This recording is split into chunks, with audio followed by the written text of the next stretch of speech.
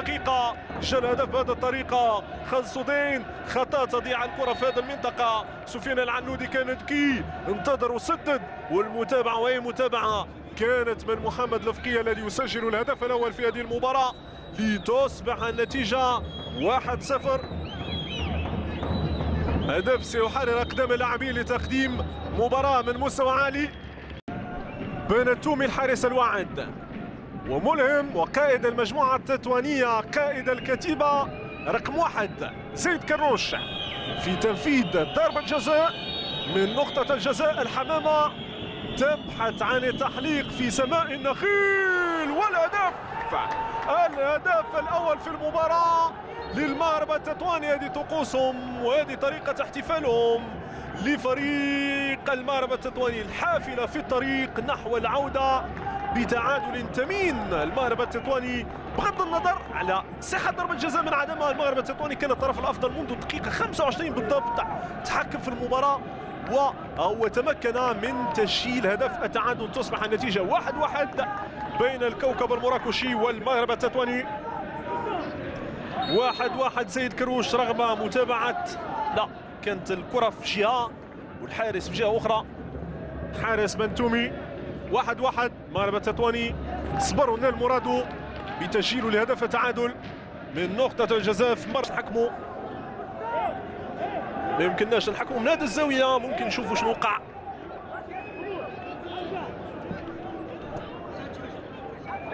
شخصيا لم أرى شيئا، وبالتالي سأترك الحكم لكم مشاهدي قناة الرياضية. ونظرات حسن بن عبيشة تخفي الكثير من الحسر، يتحسر على واقع فريقه اليوم. الفريق كان متقدم ب1-0 لكن لم يحسن التعامل مع المباراة، تراجع بشكل كبير لمنطقة دفاعية، وهو يمنح المغرب التطواني فرصة التقدم في النتيجة وتسجيل الهدف الثاني بنفس الطريقة. نسخة مكررة للهدف الأول ربما. زيد كروش أمام بنتومي، والهدف الثاني المغرب التطواني عبر زيد. عالي المقام زيد كروش يحلق بالحمامة نحو انتصار ثمين اليوم من قلب عاصمة النخيل مراكش، وتصبح النتيجة 2-1. 2-1 نتيجة المباراة في حدود الدقيقة 90 دقيقة. المغرب التطواني متقدم في النتيجة بهدفين مقابل هدف وحيد، والموقع زيد كروش الذي ينضاف لقائمة هدافي الدوري المغربي حدود الجولة الأولى. هدفين مع اللاعب بن حليب لاعب الرجاء،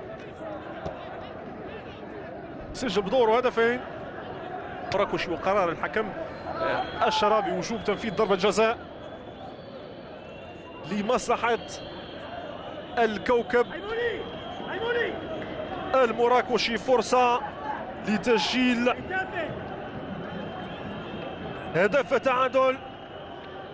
لفقيه كيف ما فعل زيد كروش وسجل ثنائية. لفقيه أمام عدنان العاصمي، وضربة جزاء في الدقيقة الثالثة من الوقت البدل الضائع من المباراة للكوكب المراكشي. لفقيه في التنفيذ، كرة تسدد، والهدف هدف التعادل للكوكب المراكشي. تصبح النتيجة 2-2.